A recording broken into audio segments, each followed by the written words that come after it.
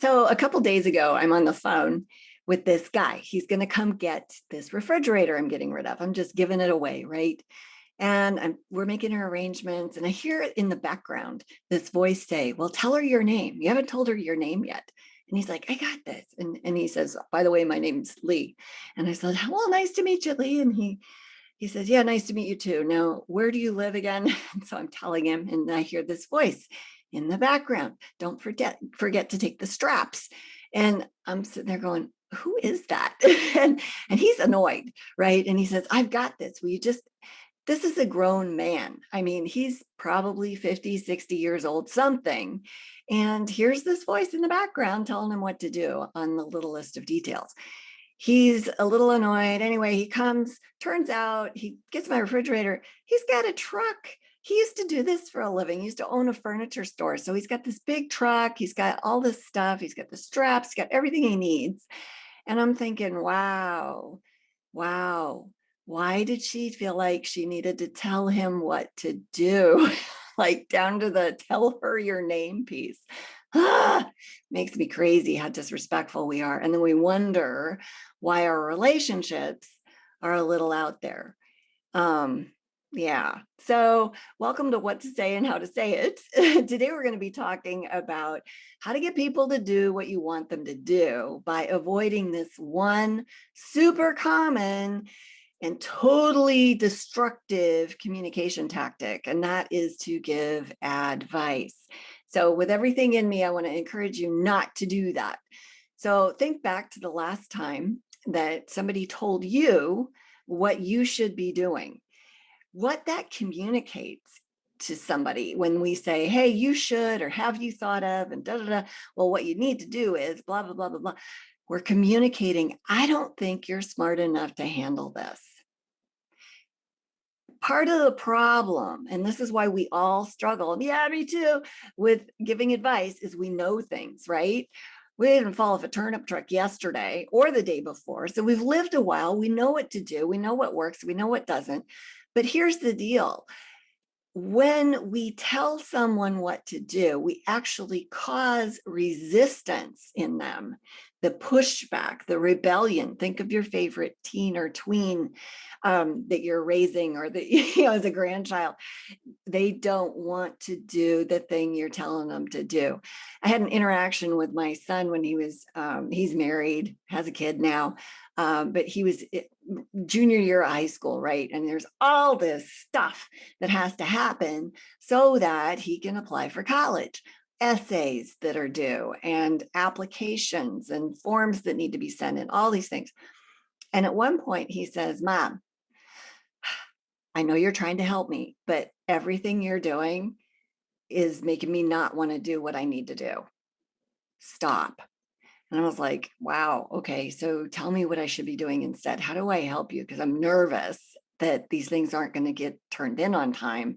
And that's going to impact where you get to go to school, because they don't make exceptions. The date's the date. And he's like, yeah, I know. So why don't you talk to me like you think I've got it? And you can ask me questions like, hey, how's that going? Instead of, you need to. Oh, was he right? So when we know a thing and we communicate it to somebody, we get a hit of dopamine. When we know how to do something, dopamine is the happy hormone, the motivating hormone, makes us feel good. Problem is that the other person doesn't get that. And we can facilitate, we can lead with questions, or we can lead with answers. If we lead with answers, we're teaching. And you have to have somebody, like right now, you signed on to this video, listening to this podcast, because you're interested in the topic, not because of sharing your knowledge, but you want to hear what I have to say about it. That's where you're willing and open to the information. Maybe because you have a problem, maybe because you have a relationship you're trying to improve, something like that. But you have a reason for listening. You're motivated, right? So that's when teaching comes into play. The rest of everything else, like you'll hire a business consultant, same kind of thing. People are eager for the information. Good consultants are also coaches, because the way you get someone to take ownership or action over an idea is you have them make it theirs. Dale Carnegie used to say, let the other person feel the idea is his or hers. I spent 15 years working with that training organization. It's the largest and oldest in the world. It is awesome. And if you want to learn how to win friends and influence people, you might want to check them out. Or you can do more in your own time with people through coaching with greater impact. But I want to give you some verses about this. Um, Proverbs 18:6 and 7. Fools' words get them into constant quarrels. They are asking for a beating. So when we give advice, sometimes we'll get an argument back. And that's why we are starting a conversation with an argument when we tell someone what they should be doing instead of what they are. Proverbs 19:20.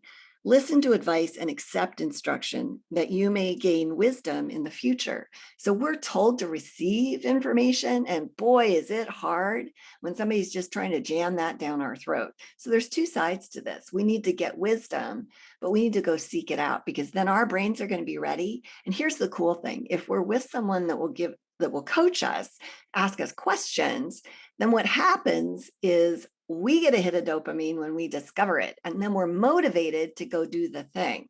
So you might be right as rain. You might have the absolute best way for me to go solve my problem. But if I don't discover that on my own, if you don't just wander around with me while I try to figure it out, if you instead boss me around, tell me what I should do, and worse yet, if you're condescending, I am not going to do what you want me to do. And I mean, I as in everybody. That's human nature. There's no dopamine hit for me when you solve my problem. So if we're leading with answers, we're doing that because it makes us feel important. Leadership is not about us feeling important. It's about serving the people that we're with, whether it's our kids, our spouse, our companies, people we're working with, the people at church, whatever. It's about service. Leadership is about taking on the biggest responsibility. So when you are running into people that are leaders, you'll see true leaders by who's taking responsibility and trying to grow people and help them, right? It's not about who's got the best answer. And again, another verse for you, Matthew 7:1. Don't throw pearls before swine.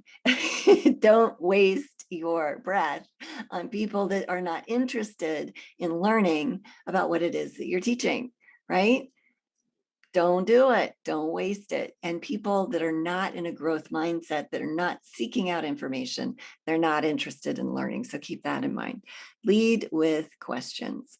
Proverbs 18:13, spouting off before listening to the facts is both shameful and foolish. And we've all done that. I know I've done that, where I've thought I've known what, they were going to say or given an advice before I heard the whole problem.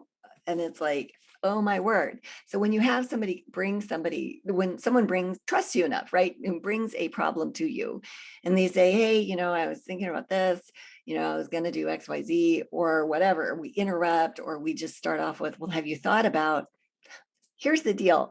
Odds are, yes, they have. They have thought about that possible solution that you're throwing their way. If you ask them questions and it turns out that they haven't, you can say something like, are you open to a thought I keep having about this? You might not find it useful at all. You make it be a thing that they can reject. Because when people feel they have freedom, they're open to listening. When they feel like they're being told to do something, they're not going to want to hear you. So if they have the freedom to reject whatever it is, they're going to be more open to listening. So hope all that helps. I hope you give it a try. Stop giving advice. Ask questions. Be interested, genuinely interested in other people, and let them think their ideas are theirs. And in doing so, you'll get an even bigger dopamine hit when they come up with their own answer and you, with a heart full of gratitude, cheer them on. All right. All right. You guys have a great rest of your day, and we'll see you next time on what to say and how to say it. So thanks for stopping by and watching the video and listening to the podcast. Just let me know in the comments what you think about what to say and how to say it for today.